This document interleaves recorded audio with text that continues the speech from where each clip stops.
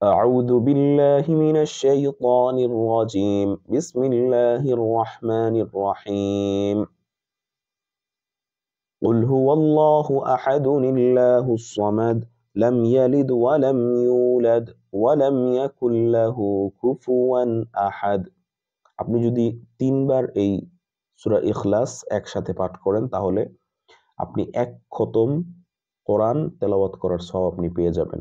তাই আপনি যদি কোরআন খতম করার মতো সময় আপনার না থাকে তাহলে আপনি 3 বার সূরা ইখলাস পড়তে পারেন, তাহলে কিন্তু আল্লাহ রাব্বুল আলামিন আপনাকে এক খতম কোরআন তেলাওয়াত করলে যে সওয়াব সেই সওয়াব আপনার আমলনামায় দিয়ে দিবে।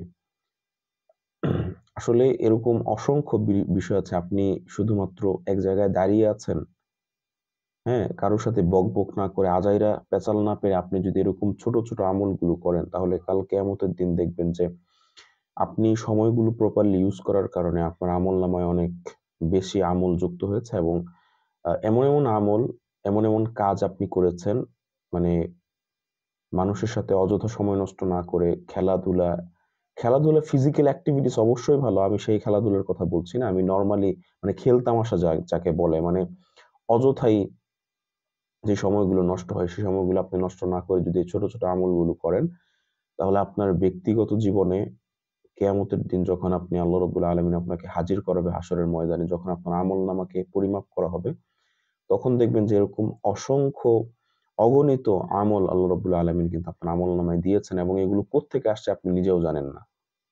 তাই আসুন সকলে মিলেমিশে আমল করি এবং জান্নাতে চাই। আসসালামু আলাইকুম।